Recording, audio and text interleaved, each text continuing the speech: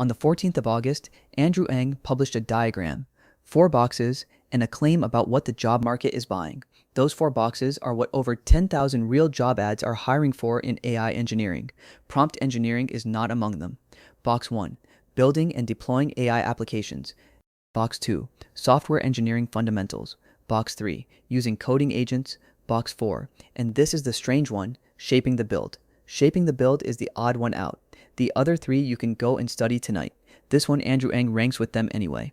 On his post, bookmarks ran ahead of likes, which is what people saving something to act on looks like. This was not a guess, and that is the part worth slowing down for. Andrew Ng and his team read over 10,000 job postings first. They ran dozens of structured interviews with AI experts, hiring managers, and recruiters, then layered in survey data. His own description of the method is a line an engineer will recognize, clustering on a massive dataset of jobs and expert interviews. So this is a labor market measurement, published by the man whose course taught machine learning to millions of people. And the measurement says that engineering jobs split in half. Agents took one half, the other half is the half that now pays. Start with box 1. The difference between an AI application and a normal one is that the output is unpredictable. Prompt a model and you do not know what comes back. Train one and you do not know what it will predict on the next example. Andrew Ng lists the building blocks, models, context engineering, retrieval augmented generation, agentic workflows, machine learning. Then he puts the weight somewhere else entirely.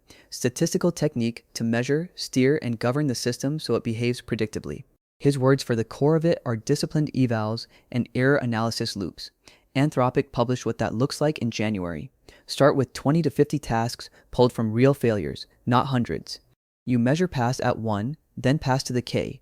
Because an agent that succeeds 3 times in 4 on a single try clears 3 trials in a row only 42% of the time.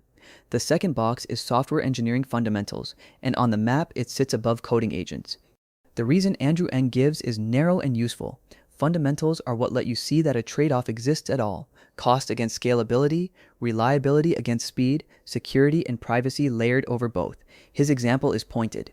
An inexperienced developer vibe codes a solution without knowing which trade-offs the agent is making, and the agent tends to make poor ones, because that developer cannot tell it which context matters.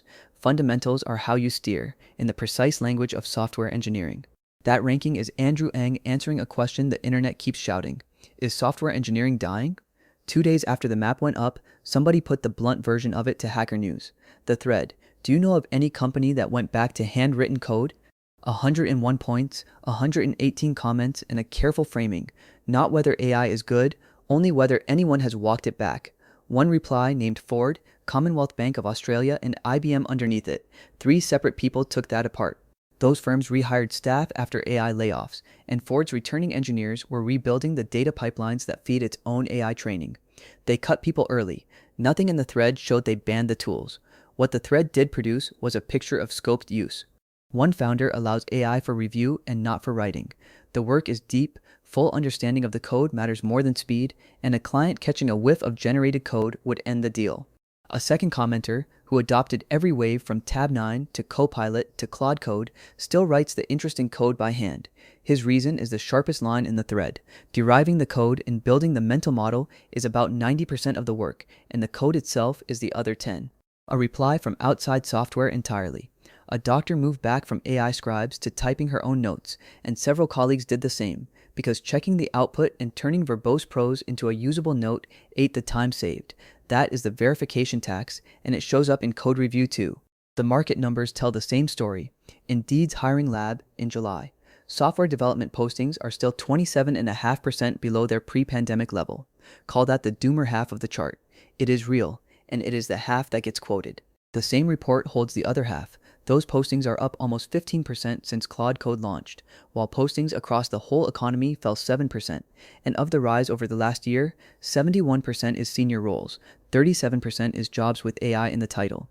So the hiring is real, and it is concentrated at the top, which puts the weight back on box 3, because using coding agents appearing on a skills map from Andrew Ng is new. An agent workflow used to be a productivity hack. Here it is a hiring line. Andrew Ng spells out what the skill contains, a mental model of how agents work, their limits, and how much to intervene versus leave them alone, managing the agent's context, trading planning against execution. then the rest of it, giving the agent verifiers so it can close its own loop, orchestrating several at once, and keeping any of them away from your production database. One more clause makes it a skill rather than a tool. Because agentic coding moves fast, Andrew Ng says you need routines for trying new tools and evolving your workflow as best practice changes. The skill is the habit of relearning it. That is measurable. In the 3 days before Andrew Ng hit publish, Claude Code turned Subagent Forking on by default, so a forked agent inherits the whole conversation in the prompt cache. Codex shipped importing your setup, instructions, settings, skills, projects, straight out of Claude Code and Cursor. The harness you learned in July is not the harness you are running in August. All 3 boxes so far are about getting code produced correctly. The 4th asks whether it should be produced at all. Andrew Ng's sentence for it is short. Given a clear spec, coding agents are rapidly improving at delivering to it, so our work as engineers is shifting toward deciding what should be in the spec. He pushes it further. Engineers should no longer expect a pixel-perfect design handed over with an instruction to implement it. This work needs product sense, business context, customer goals, and the judgment to know when a rough MVP in front of users beats another week of care. If that sounds soft, look at what the tooling did. SpecKit, GitHub's spec-driven development toolkit, has passed 129,000 stars since it went up last August. Writing the spec has an ecosystem. The pay data points the same way.